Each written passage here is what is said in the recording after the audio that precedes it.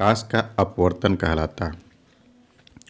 तो इसमें से हम इस संसार में अपने चारों ओर अनेक वस्तुओं को देखते हैं।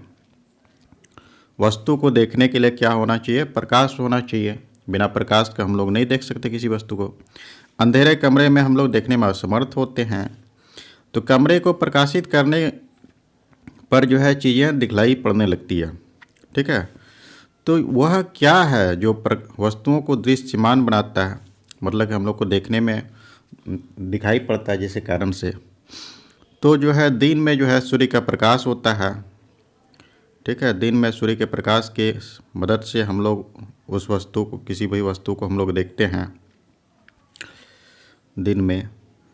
तो कोई वस्तु जो है उस पर जो है प्रकाश परावर्तित करता है, किसी भी वस्तु पर पड़ने पर प्रकाश को वो परावर्तित करता है और वो जो है हमारे आँखों द्वारा ग्रहण किया जाता है। इससे वस्तु जो है देखने योग्य बनता है। कोई जैसे पारदर्शी माध्यम है, जैसे कांच हो गया, ठीक है, के आर पार हम लोग देख सकते हैं, क्योंकि इसमें प्रकाश जो होता है पार कर जाता है। तो कुछ जो है प्रकाश से संबंधित परिघटना होता है, जैसे कि दर्पणों द्वारा प्रतिबिंब का बनना हो गया, तारों का टिमटिमाना हो गया, इंद्रधनुष का सुंदर रंग हो गया। ये सभी प्रकाश से संबंधित कुछ घटना होता है। तो किसी माध्यम द्वारा प्रकाश को मोड़ना होता है। ठीक है। तो ये सभी प्रकाश के गुणों का अध्ययन हम लोग इसमें से करेंगे। तो आगे जो है इसमें से हम लोग देखेंगे कि अपने चारों ओर कुछ सामान्य प्रकाशिक परिघटना को हम लोग देखकर निष्कर्ष निकाल सकते हैं कि प्रकाश जो है एक सरल रेखा में गमन करता है। प्रकाश सरल रेखा में गमन करता हुआ प्रतीत होता है, मतलब ये सीधा जाता है। ठीक है। तो छोटा प्रकाश स्रोत किसी अपारदर्शी वस्तु की तीक्ष्ण छाया बनाता है। छोटा प्रकाश स्रोत है, छोटा प्रकाश स्रोत किसी अपारदर्शी वस्तु, जिससे कि प्रकाश आर पार नहीं हो सकता, उसका जो है छाया बनाएगा। तो प्रकाश के एक सरल रेखा पथ की ओर इंगित करता है, इसे हम लोग प्रकाश किरण कहते हैं। तो प्रकाश एक सरल रेखी पथ जो होता है उसकी ओर इंगित करता है, इसको हम लोग प्रकाश किरण कहते हैं। आगे जो है इसमें से हम लोग जानेंगे प्रकाश जो होता है अपारदर्शी वस्तु अत्यंत छोटा हो तो सरल रेखा में चलने के बजाय इसे किनारे की ओर मुड़ने की प्रवृत्ति रखता है। तो हम लोग अभी पढ़े कि प्रकाश जो होता है एक सरल रेखा में गमन करता हुआ प्रतीत होता है, लेकिन इसका मार्ग में अगर यदि कोई छोटा सा कोई अपारदर्शी वस्तु हो तो वहाँ पर क्या होता है, प्रकाश सीधा रेखा में नहीं चल करके थोड़ा सा मुड़ जाता है। इस मुड़ने की प्रवृत्ति को हम लोग विवर्तन कहते हैं। तो जो है वह प्रकाशिकी, ठीक है, जिसमें सरल रेखी व्यवहार के आधार पर किरणों का उपयोग करते हैं असफल होने लगता है। मतलब कि इसमें से हम लोग जान रहे थे कि प्रकाश जो होता है एक सरल रेखा में गमन करता है या फिर सीधे रेखा में चलता है, लेकिन यहाँ पर क्या हो रहा है कि वो मुड़ जा रहा है। मुड़ने के कारण क्या है, वो अपारदर्शी वस्तु जो है उसका मार्ग में आ गया है। तो ये मुड़ने की घटना को हम लोग विवर्तन कहते हैं। तो इसके बारे में हम लोग जानेंगे ऊंची कक्षा में। यहाँ पर प्रकाश का जो तरंग सिद्धांत है, प्रकाश को हम लोग तरंग के रूप में मान सकते हैं। तो प्रकाश की द्रव्य के साथ अनुनय क्रिया के विवेचन पर जो होता है, द्रव्य के साथ जो होता है अनुनय क्रिया प्रकाश का तरंग सिद्धांत के लिए अपर्याप्त है, तथा जो है प्रायः जो प्रकाश को जो है कणों के प्रवाह की भांति व्यवहार करते हैं।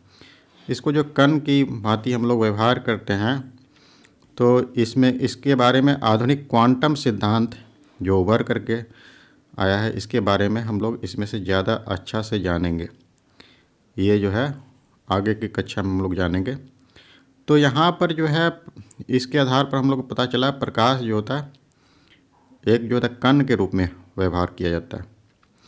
आगे इसमें से जो है तो प्रकाश के परावर्तन हो गया, फिर अपवर्तन हो गया कि परिघटनाओं का जो होता है या फिर प्रकाश जो होता है सरल रेखा में गमन करता है करके, इसका हम लोग अध्ययन करेंगे। इसमें से कुछ प्रकाशिक परिघटना में हमारी सहायता करेंगे, या फिर गोली दर्पणों द्वारा प्रकाश के परावर्तन, ठीक है, प्रकाश के परावर्तन हो गया, प्रकाश के अपवर्तन तथा वास्तविक जीवन में इसका अनुप्रयोग को समझने का हम लोग प्रयास करेंगे। आगे हम लोग प्रकाश के परावर्तन के बारे में इसमें से जानना है। तो प्रकाश के परावर्तन के कारण हम लोग जो है किसी भी वस्तु को देख पाते हैं। प्रकाश की अनुपस्थिति में वस्तुओं को देखा नहीं जा सकता। तो उच्च कोटि का पॉलिश किया हुआ पृष्ठ, उच्च कोटि का हो गया जैसे सिल्वर कोटेड, जैसे कि ये मान लेते हैं समतल दर्पण है, तो इसके इस साइड में ये कोटेड है चांदी का, तो इस पर जैसे प्रकाश का किरण ये आपतित किरण होता है, ठीक है। और ये जो है इसको हम लोग परावर्तित किरण कहते हैं। जो किरण आ रहा है उसको आपतित किरण, और जो किरण जो है टकराने के बाद जो होता है वापस जो लौटता है उसको हम लोग परावर्तित किरण कहते हैं। और ये जो होता है आपतन बिंदु कहलाता है। यहाँ पर एक लंब डाला जाता है इस तरह से, ठीक है, इस पर लंब हम लोग डालते हैं। तो इसके बारे में कहा जा रहा है कि इस पर जो है जो मतलब उच्च कोटि का अगर पॉलिश किया हुआ है तो इस पर जितना भी किरण आपतित होता है उसको वो परावर्तित कर देता है, ठीक है। जितना किरण इस पर आपतित होगा उसको परावर्तित कर दिया जाता है। तो परावर्तन के नियमों से जो है हम लोग पहले से जान रहे हैं कि जो है दर्पण से किरण टकरा करके फिर वापस आ जाता है। तो इसका कुछ नियम है। नियम क्या है इसका? आपतन कोण। आपतन कोण किसे कहते हैं? जैसे अभिलंब हो गया और आपतित किरण के बीच जो कोण जो बन रहा है यहाँ पर, उसको हम लोग आपतन कोण कहते हैं। उसको आई से डिनोट किया जाता है। तथा परावर्तन कोण, परावर्तन कोण किसको कहेंगे? परावर्तित किरण, ये वाला जो है परावर्तित किरण, इसको मान लेते हैं ए हो गया, यहाँ पर ओ नाम दे देते हैं इसको, और इसको बी दे देते हैं, ठीक है। तो इस तरह से ओ बी जो है ये जो परावर्तित किरण, ठीक है, इसके बीच में जो कोण जो बनता है, मतलब कि परावर्तित किरण और अभिलंब के बीच में जो कोण बनता है उसको हम लोग परावर्तन कोण कहते हैं। तो ये दोनों कोण आपस में बराबर होता है, मतलब कि कोण आई बराबर कोण आर, ये होता है। आपतन कोण और परावर्तन कोण आपस में बराबर होता है। इसके बाद जो है दूसरा नियम ये बताता है कि आपतित किरण, आपतित किरण मतलब कि यहाँ पर ए ओ, ये वाला जो किरण जो है, और दर्पण के आपतन बिंदु पर अभिलंब, आपतन बिंदु यहाँ पर ये कहलाता है, ये वाला बिंदु, इस पर जो अभिलंब है, तथा परावर्तित किरण, परावर्तित किरण मतलब ओ भी हम लोग जो माने थे, सभी एक ही तल में होते हैं। मतलब तल ये वाला तल है, यहीं पर जो होता है सभी एक बिंदु पर या फिर एक ही तल में होता है। ये जो है प्रकाश के परावर्तन का नियम कहलाता है। इसी तरह से जो होता है, ये तो हम लोग देखें कि समतल दर्पण में इस तरह से हम लोग देख रहे थे, तो ये जो है सभी दर्पण के लिए लागू होता है ये नियम, चाहे वो समतल हो या फिर उसका पृष्ठ जो होता है वक्र की तरह हो। तो गोलीय पृष्ठ, जैसे परावर्तन के ये नियम जो होता है गोलीय पृष्ठ सहित सभी प्रकार के परावर्तक पृष्ठों के लिए लागू होता है ये नियम। दो नियम हम लोग जो पढ़े। तो समतल दर्पण द्वारा जो है प्रतिबिंब किस तरह से बनता है इसके बारे में हम लोग जानते हैं। जैसे कि हम लोग जो अपना चेहरा को देखते हैं वो समतल दर्पण में ही देखते हैं, तो इसका प्रतिबिंब का कुछ विशेषता है। तो समतल दर्पण द्वारा जो होता है प्रतिबिंब क्या होता है? सदैव आभासी होता है और ये सीधा होता है। दो बात होता है इसमें से, आभासी और सीधा होता है, ठीक है। आभासी प्रतिबिंब उसे कहते हैं जिसे हम लोग पर्दे पर नहीं उतार सकते हैं, ठीक है। मतलब वस्तु जब तक रहेगा तभी तक दिखाई पड़ेगा, उसके बाद फिर जो है वस्तु को हटा देने पर प्रतिबिंब दिखाई नहीं पड़ता। और एक बात यहाँ पर यह भी जानना है कि आभासी प्रतिबिंब जो होता है वो हमेशा सीधा होता है, तो ये समतल दर्पण का प्रतिबिंब का गुण हो गया। दूसरी बात कि प्रतिबिंब का साइज, ठीक है, वस्तु के साइज के बराबर होता है। दोनों का जो है हाइट एक समान होगा। जितना बड़ा वस्तु रहेगा उसका प्रतिबिंब भी उतना ही बड़ा बनेगा। तीसरा बात होता है प्रतिबिंब दर्पण के पीछे उतना ही दूरी पर बनता है जितना कि वस्तु के सामने बिंब रखा गया। मतलब कि इसमें से प्रतिबिंब की दूरी बराबर होता है वस्तु की दूरी। जितना दूरी पर हम लोग वस्तु को रखेंगे प्रतिबिंब भी उतना ही दूरी पर बनेगा। दूसरी बात हो गया कि प्रतिबिंब का साइज और वस्तु का साइज दोनों बराबर होगा। और प्रतिबिंब की प्रकृति जो होता है वो आभासी तथा सीधा होता है। इसके अतिरिक्त और एक गुण है कि प्रतिबिंब जो होता है वो पार्श्व परिवर्तित होता है। पार्श्व परिवर्तित का अर्थ होता है कि जैसे कि हम लोग दाहिना हाथ दिखाते हैं उसमें से दर्पण में, तो ऐसा लगता है कि बायां हाथ है, बायां हाथ का प्रतिबिंब बन रहा है। इस तरह से पार्श्व परिवर्तित होता है। तो ये हम लोग समतल दर्पण के बारे में, उसका जो प्रतिबिंब का गुण के बारे में देख रहे थे। यदि परावर्तक पृष्ठ जो होता है वक्रित होता है, वक्रित का अर्थ हो गया जैसे कि इस तरह से हो गया, ये वक्रित है, इस तरह से इधर पॉलिश किया हुआ है। या फिर जो है ये इस तरह से भी हो सकता है, ऐसे इसका इधर का सतह पॉलिश किया हुआ रहता है इस तरह से। तो उसमें से प्रतिबिंब के बारे में, उसका गुण के बारे में हम लोग जानेंगे। एक जो है छोटा सा एक्टिविटी है, क्रियाकलाप है। तो हम लोग चम्मच को देखते हैं, जैसे चम्मच इस तरह से है आगे, ठीक है, ये चम्मच इस तरह से है। तो ये जैसे कि इस पर जो है नया चम्मच जो रहता है उसमें से हम लोग अपना चेहरा को देख सकते हैं, ठीक है। तो इसमें चम्मच में प्रतिबिंब को देखेंगे। तो जैसे कि हम लोग दूरी को बढ़ाते जाते हैं और प्रतिबिंब का देखते हैं कि वो छोटा लग रहा है या फिर बड़ा लग रहा है। धीरे धीरे जैसे जैसे हम लोग दूरी को बढ़ाते जाते हैं वो परिवर्तित होते रहता है, लगेगा कि छोटा से फिर बड़ा होते जा रहा है। इस तरह से जैसे चम्मच को हम लोग उल्टा देते हैं, चम्मच को उल्टा देंगे तो ऐसे हो जाएगा, ठीक है। इस पर हम लोग प्रतिबिंब को देखते हैं, अपना प्रतिबिंब इस पर, ठीक है। तो देखते हैं क्या होता है इसमें से। दोनों पृष्ठों पर जो है प्रतिबिंब के अभिलक्षणों की तुलना करना है, देखना है कैसे प्रतिबिंब बन रहा है, किस में से छोटा प्रतिबिंब बन रहा है और किस में जो है बड़ा प्रतिबिंब बन रहा है। दूरी को भी बढ़ाते हुए देखना है। तो हम लोग देखते हैं कि इस तरह से दर्पण चम्मच का जो सामने का भाग है उसमें से हम लोग देखते हैं प्रतिबिंब छोटा भी बनता है, बड़ा भी बन रहा है। प्रतिबिंब जैसे जैसे दूरी बढ़ाते हैं उसके आधार पर परिवर्तन होते रहता है। लेकिन इस तरह से जैसे कि चम्मच का जो उल्टा भाग है इसमें से क्या होता है, प्रतिबिंब छोटा ही बनता है, इसमें से बड़ा प्रतिबिंब नहीं बनता है। तो इस तरह से हम लोग क्रियाकलाप करके देखेंगे और उसका प्रतिबिंब, वस्तु का प्रतिबिंब के बारे में अवलोकन करेंगे। तो चमकदार चम्मच का वक्रित पृष्ठ जो होता है एक वक्रित दर्पण की भांति कार्य करता है। ये जो चम्मच जो है वो जो है एक दर्पण की भांति कार्य कर रहा है, उसमें से हम लोग चेहरा को देख रहे हैं, ठीक है। तो इसमें से सबसे अधिक उपयोग में आने वाले सामान्यतः वक्रित दर्पण का प्रारूप गोली दर्पण होता है। गोली दर्पण मतलब कि इस तरह से कोई गोल टाइप का है। यहाँ पर जो है इसका हम लोग केंद्र मान लेते हैं, जैसे वृत्ताकार होता है, केंद्र हो गया। तो इसका बीच का ऐसे हम लोग विभाजित करेंगे तो एक भाग जो है ये आता है, ठीक है, इस तरह से, और एक भाग इस तरह से आ रहा है।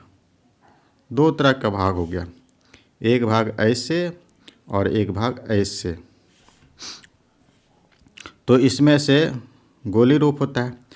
इस प्रकार दर्पणों के परावर्तक पृष्ठ किसी गोले के पृष्ठ का एक भाग, एक गोला है, इसके भाग को माना जा सकता है।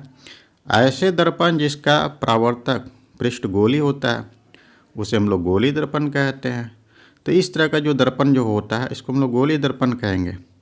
गोली दर्पण दो प्रकार का हो रहा है। एक जो है सामने की तरफ वक्रित है इस तरह से, और एक जो है पीछे की ओर वक्रित है, इस तरह से। तो इसके बारे में हम लोग अध्ययन कर रहे हैं, इसमें से अध्ययन करेंगे आगे। तो गोली दर्पण के बारे में हम लोग देखेंगे। तो दो तरह का हम लोग गोली दर्पण हम लोग देखें। एक जो होता है परावर्तक पृष्ठ, जो होता है अंदर की ओर है, परावर्तक पृष्ठ अंदर की ओर, मतलब कि ये वाला, ठीक है। और एक जो होता है बाहर की ओर है परावर्तक पृष्ठ, ये वाला।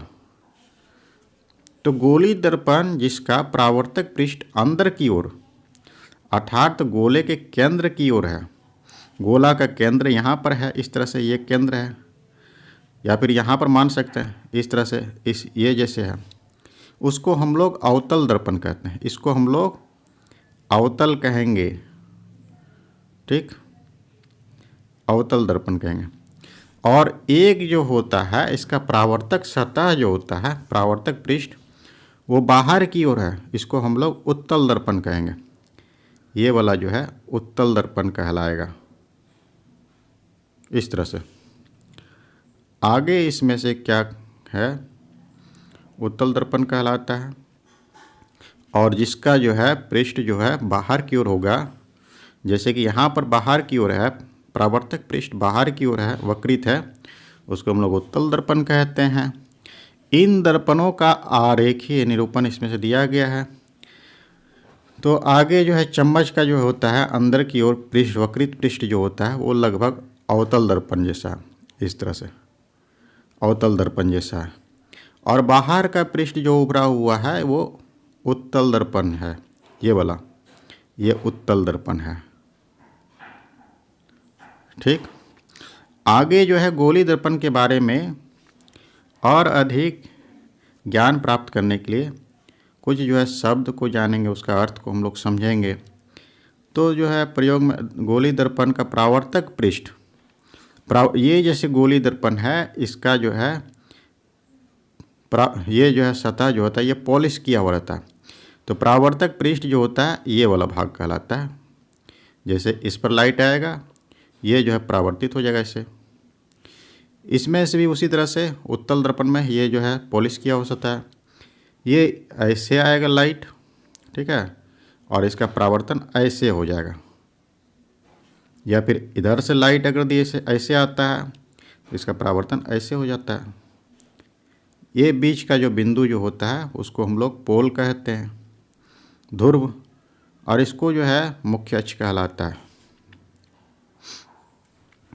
तो इसमें से कहा गया है, चम्मच के बारे में कहा जा रहा है, तथा बाहर की ओर जो होता है उसको हम लोग उत्तल दर्पण कहते हैं, जैसा कि पढ़े हम लोग। तो गोली दर्पण के बारे में और अधिक ज्ञान प्राप्त करने के लिए कुछ शब्द इसमें से जानेंगे। जैसे ध्रुव कहलाता है, ध्रुव।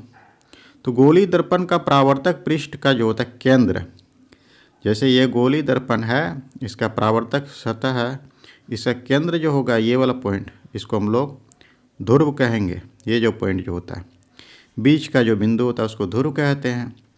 यह दर्पण के पृष्ठ पर स्थित होता है, यह दर्पण के पृष्ठ पर स्थित है। जो दर्पण है ये वाला, उसका पृष्ठ पर जो है स्थित है, उसको हम लोग ध्रुव कहते हैं। इसको पी से डिनोट किया जाता है। ध्रुव को जो होता है प्रायः पी से निरूपित करते हैं। आगे इसमें से है, आगे इसमें से जानना है गोली दर्पण का परावर्तक पृष्ठ। गोले का एक भाग होता है, जैसे कि हम लोग देखे अभी। तो गोले का केंद्र जो होता है, जैसे कि ये गोला है इस तरह से, इसका केंद्र ये होगा, ठीक है। इसको हम लोग सी से डिनोट कर रहे हैं। इसको हम लोग वक्रता केंद्र कहते हैं। गोले का केंद्र को जो है वक्रता केंद्र कहा जाता है, इसे सी से निरूपित किया जाता है। तो वक्रता केंद्र जो होता है दर्पण का भाग नहीं होता है, दर्पण से अलग है। दर्पण का भाग क्या होता है, वो ध्रुव होता है, पी से जिसको डिनोट किया जाता है, ठीक है। तो ये जो है वक्रता केंद्र जो होता है परावर्तक पृष्ठ के बाहर स्थित होता है। तो अवतल दर्पण का जो होता है वक्रता केंद्र परावर्तक पृष्ठ के सामने होता है अवतल दर्पण के लिए। अवतल दर्पण एक बार फिर ऐसे बनता है, ठीक है। इसका वक्रता केंद्र जो होगा सी जो होता है वो यहाँ पर होगा, मतलब कि उस दर्पण के सामने होगा। यहाँ पर पी है, और सी जो है इस बिंदु को कहेंगे। तो इसका जो है सामने में होता है, अवतल दर्पण में वक्रता केंद्र जो होता है वो सामने में होता है। उत्तल दर्पण में क्या होता है, उत्तल दर्पण के बारे में हम लोग जान रहे हैं। ऐसे है उत्तल दर्पण, इसका परावर्तक पृष्ठ जो होता है इधर है। तो जैसे कि इधर वाला ये वाला हम लोग लेंगे ये सतह, तो इसका जो वक्रता केंद्र जो होता है दर्पण के पीछे में होगा। इधर का सतह जो होता है, इधर का सतह, तो याद रखना है इसमें से वक्रता केंद्र जो होता है दर्पण के पीछे की ओर होता है। तो गोलीय दर्पण का परावर्तक पृष्ठ, गोलीय दर्पण का परावर्तक पृष्ठ जिस गोले का भाग है उसकी त्रिज्या वक्रता त्रिज्या कहलाता है, जिसको हम लोग सी से डिनोट करते हैं। तो इसे जो है आर से निरूपित किया जाता है वक्रता त्रिज्या को। तो पी सी जो है दूरी जो होता है उसको हम लोग वक्रता त्रिज्या कहते हैं। पी सी वक्रता त्रिज्या, यह वक्रता त्रिज्या क्या होता है, ध्रुव मतलब यहाँ पर पॉइंट जो है ध्रुव और वक्रता केंद्र के बीच की दूरी को हम लोग वक्रता त्रिज्या कहते हैं। ठीक है, दर्पण के ध्रुव तथा वक्रता त्रिज्या से गुजरने वाली सीधी रेखा को हम लोग वक्रता त्रिज्या कहेंगे। तो मुख्य अक्ष मतलब यही वाला लाइन जो होता है मुख्य अक्ष कहते हैं उसको। मुख्य अक्ष जो होता है दर्पण के ध्रुव पर अभिलंब होता है। मुख्य अक्ष दर्पण के ध्रुव पर अभिलंब होगा। ये जो मुख्य अक्ष जो है वो दर्पण के ध्रुव पर अभिलंब होता है। आगे जो है इसमें से क्या है कि जैसे हम लोग कभी कभी दर्पण से जो है कागज़ को हम लोग जला सकते हैं। तो जैसे कि इसमें से अवतल दर्पण है इस तरह से, तो इसमें से सूर्य का प्रकाश ऐसे आता है, इसको हम लोग मान लिए हैं P, जिसको वक्रता इसको ध्रुव कहेंगे, और इसको मान लिया मुख्य अक्ष। तो मुख्य अक्ष क्या होता है, दर्पण पर जो है अभिलंब होता है। और यहाँ पर मान लिए हैं वक्रता केंद्र C। ठीक, इस पॉइंट को हम लोग मान लेते हैं F मान सकते हैं, F मान लेते हैं। ठीक है, तो ये जो है समांतर किरण इस तरह से आता है, यहाँ से आपतित किरण है, ये टकराने के बाद जो होता है ऐसे बाहर निकल जाता है, परावर्तित किरण जिसको हम लोग कहते हैं इस तरह से। उसी तरह से जितने भी समांतर किरण आता है वो एक बिंदु पर परावर्तित होकर के मिलता है। तो यहाँ पर क्या होता है, इसको हम लोग एक जो होता है सूर्य का ही प्रतिबिंब मान सकते हैं, और इसमें से जो होता है बहुत अधिक ऊर्जा होता है, ये कागज़ को भी जला सकता है। तो सुलगना प्रारंभ करता है, ये क्या होता है, प्रकाश की किरण को एक बिंदु पर केंद्रित कर देता है। तो कागज़ सुलगना प्रारंभ हो जाता है इस तरह से, और धुआं भी उठने लगता है। तो इससे क्या होता है, कागज़ में आग पकड़ सकता है। यह क्यों जलता है ये पूछ रहा है। तो जलने का कारण ये है कि सूर्य के प्रकाश को जो है ये समांतर किरण को एक बिंदु पर फोकसित कर देता है। ठीक है, अभिकेंद्रित होता है। ठीक है, इसके बाद जो है कागज़ की शीट पर जो होता है प्रकाश का यह बिंदु सूर्य का प्रतिबिंब है। ये जो बिंदु जो होता है यहाँ पर ये सूर्य का प्रतिबिंब है, और इसको जो है अवतल दर्पण का फोकस भी कहते हैं, फोकस कहेंगे इसको। तो सूर्य के प्रकाश के संकेंद्रण से उत्पन्न ऊष्मा के कारण कागज़ जलने लगता है। सूर्य का प्रकाश से जो है संकेंद्रण जो होता है उससे क्या होता है, ऊष्मा उत्पन्न होता है, इसी कारण से वो जलने लगता है। तो इस स्थिति से जो होता है प्रतिबिंब की दूरी दर्पण की फोकस दूरी का सन्निकट मान होता है। तो प्रतिबिंब की दूरी जो होगा वो फोकस दूरी के बराबर होगा।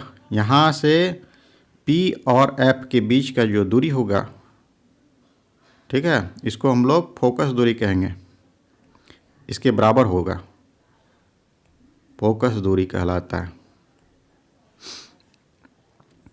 आगे जो है कुछ चेतावनी दिया है, इसमें से चेतावनी हम लोग देख लेते हैं। तो जो है परावर्तित, जैसे कि हम लोग उसमें से क्रियाकलाप जो कर रहे हैं उसमें परावर्तित प्रकाश की ओर देखना नहीं है, क्योंकि उसमें से ऊष्मा होता है, आपके आँख को क्षतिग्रस्त कर सकता है। अवतल दर्पण को हाथ से पकड़े रहना है और जो है परावर्तक पृष्ठ जो होता है सूर्य की ओर रखना है, ताकि उस पर जो है सूर्य का प्रकाश पड़ सके। इस तरह से सूर्य की ओर रखेंगे इसको, सूर्य की ओर, तभी तो प्रकाश इसमें से आएगा, तो फिर परावर्तन होगा, फिर इधर से भी आएगा, फिर इधर से भी परावर्तन होगा। इस तरह से रखना है। फिर जो है दर्पण द्वारा परावर्तित प्रकाश को दर्पण के पास रखी कागज़ की शीट पर डालना है। यहाँ पर कोई कागज़ रखा हुआ रहेगा, इस तरह से इसके पृष्ठ पर डालेंगे हम लोग। तो जो है कागज़ का शीट को धीरे धीरे आगे पीछे करना है, जैसे कि प्रकाश जो होता है एक बिंदु पर जो है प्राप्त हो, तीक्ष्ण बिंदु प्राप्त न हो जाए। फिर जो है दर्पण तथा कागज़ को कुछ मिनट के लिए उसी स्थिति में छोड़ देना है, दर्पण को भी और कागज़ को भी। कुछ देर के बाद जो उससे धुआं निकलने लगता है और फिर जो है इस तरह से चिंगारी आग पकड़ लेता है। आगे इसमें से जो हम लोग प्रयोग किए हैं उसको जो है रेखा चित्र के माध्यम से यहाँ दर्शाया गया है। तो जैसे कि इसमें से ए वाला जो फिगर है, ये वाला, तो इस प्रकार का दर्पण को हम लोग क्या कहते हैं? अवतल दर्पण इसको कहेंगे, अवतल दर्पण। ठीक, इसमें से ये समांतर किरण आ रहा है, इसमें से ये समांतर किरण आया, फिर टकराने के बाद एक बिंदु पर आकर के मिल रहा है। इस पॉइंट को हम लोग क्या कहते हैं? पी को ध्रुव कहते हैं, और सी को क्या कहेंगे? वक्रता केंद्र कहते हैं, और पी सी की दूरी को हम लोग क्या कहते हैं? वक्रता त्रिज्या कहेंगे इसको, वक्रता त्रिज्या। और पी एफ को हम लोग फोकस कहते हैं, ये फोकस कहलाता है। तो अवतल दर्पण में क्या होता है? मुख्य अक्ष के समांतर, मुख्य अक्ष के समांतर जो होता है कुछ किरणें आपतित हो रही है।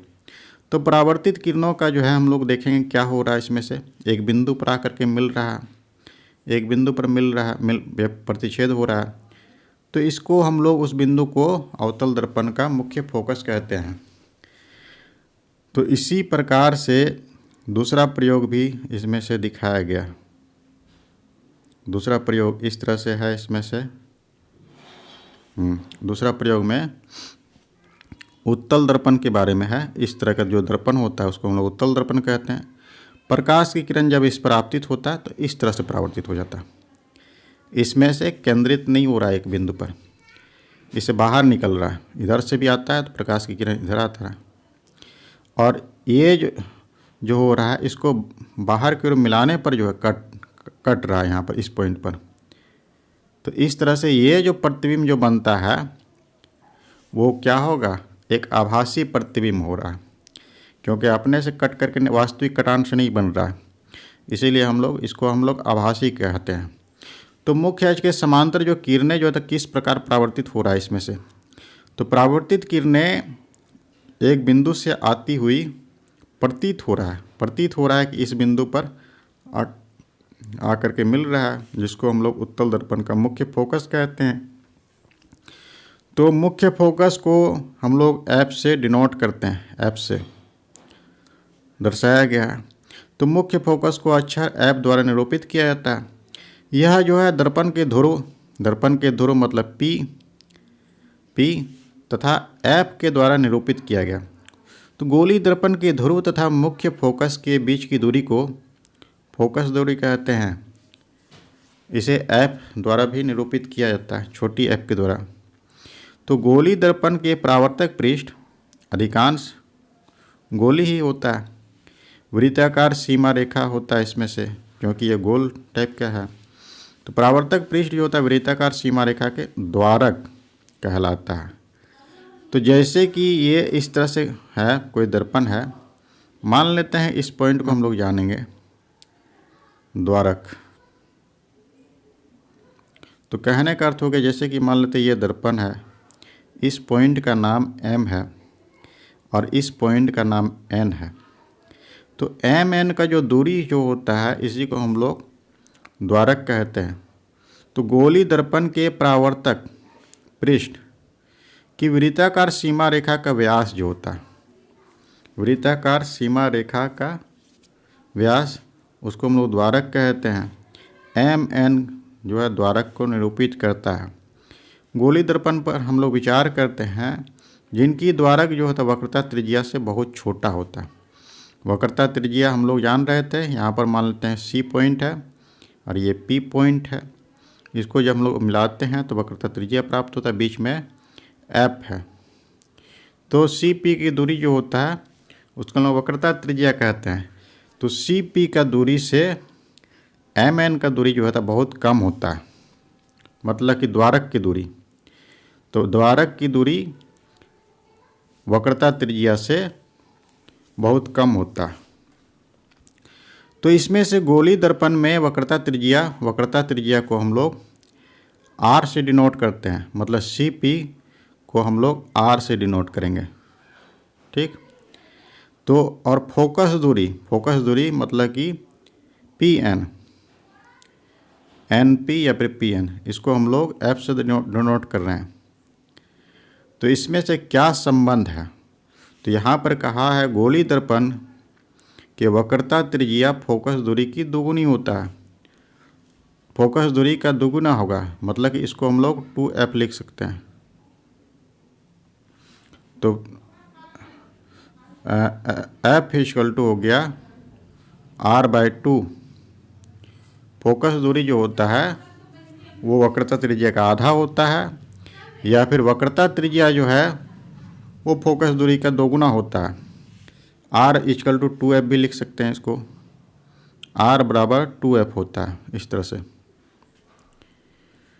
तो इस तरह से इसका फोकस दूरी और वक्रता त्रिज्या के बीच में संबंध होता है।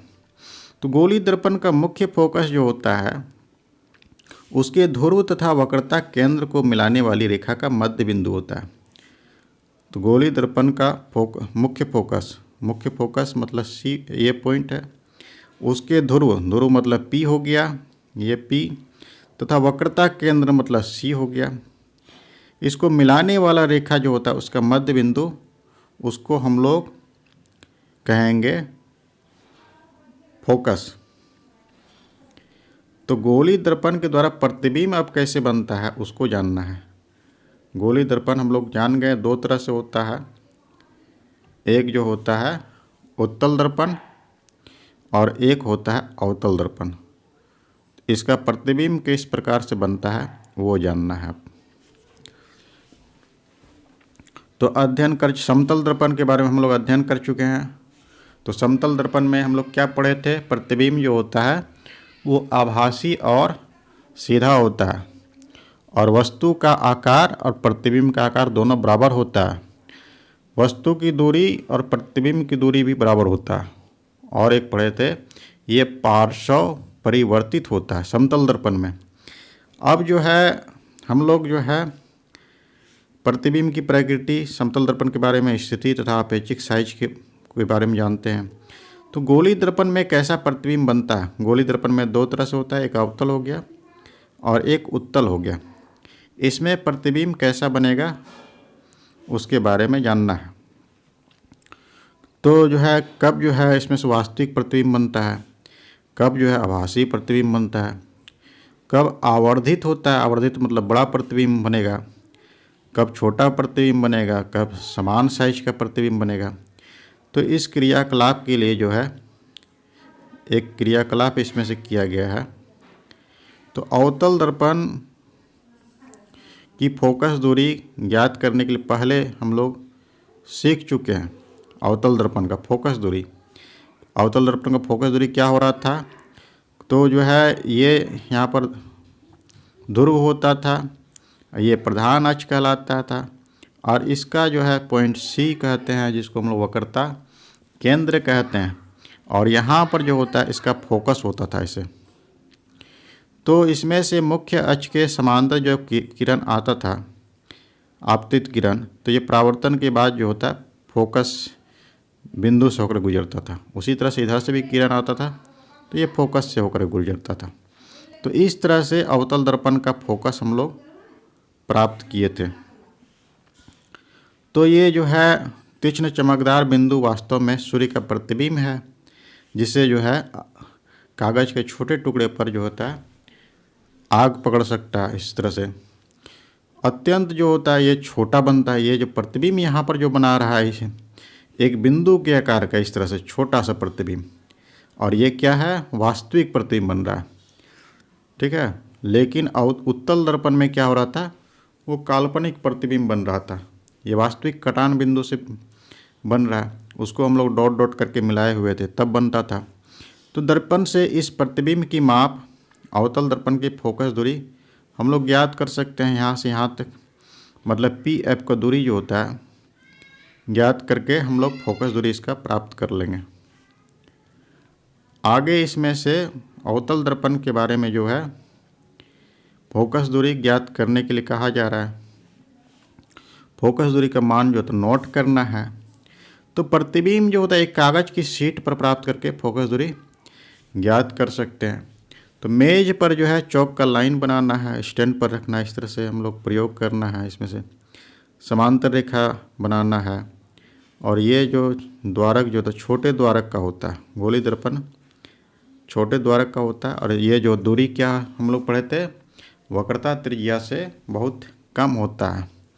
तो इसमें से मुख्य फोकस एफ से दर्शाता है, ध्रुव को पी से दर्शाया जाता है, वक्रता केंद्र को जो है सी से दर्शाया जाता है इस तरह से।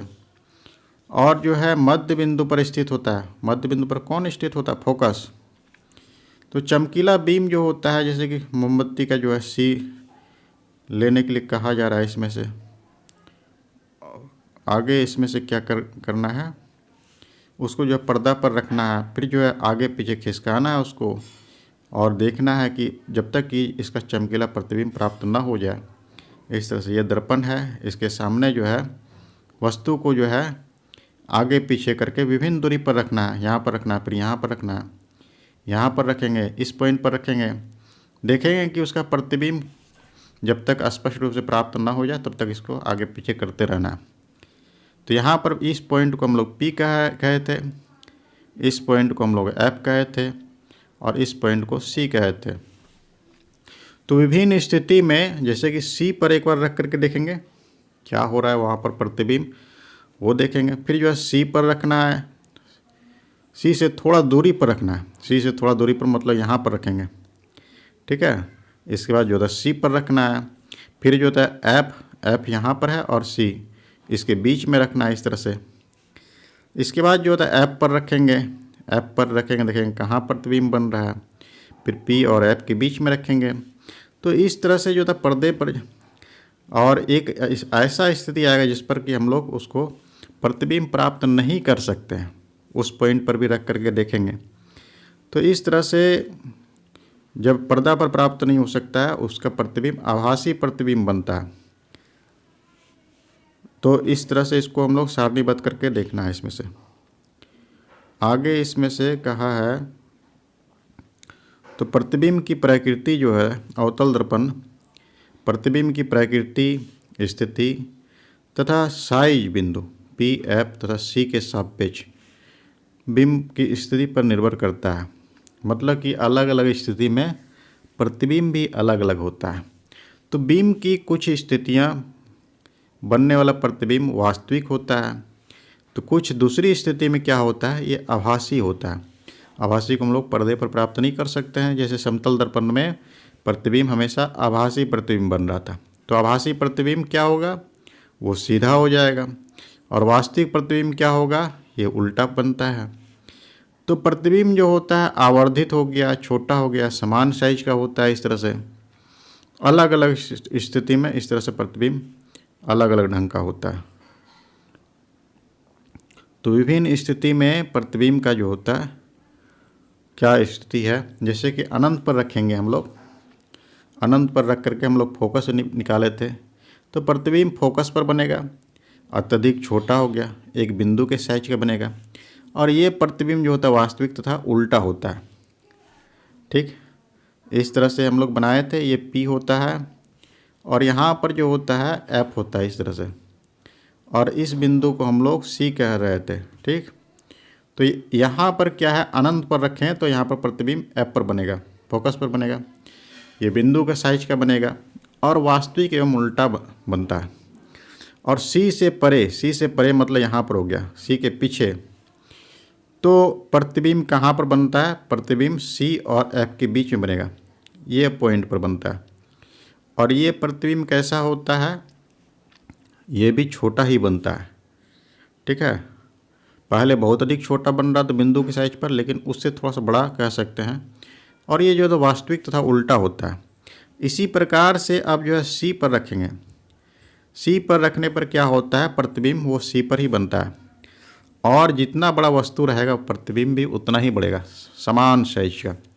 और ये क्या होता है? वास्तविक तथा उल्टा होता है।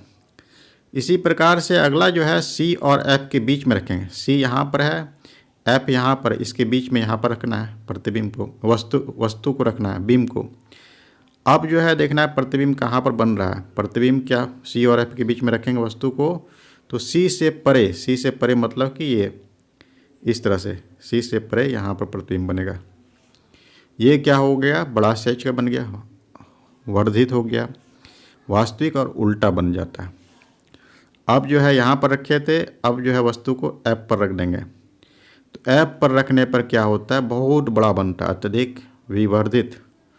और यह प्रतिबिंब वास्तविक तथा उल्टा बनता है एफ पर रखने पर।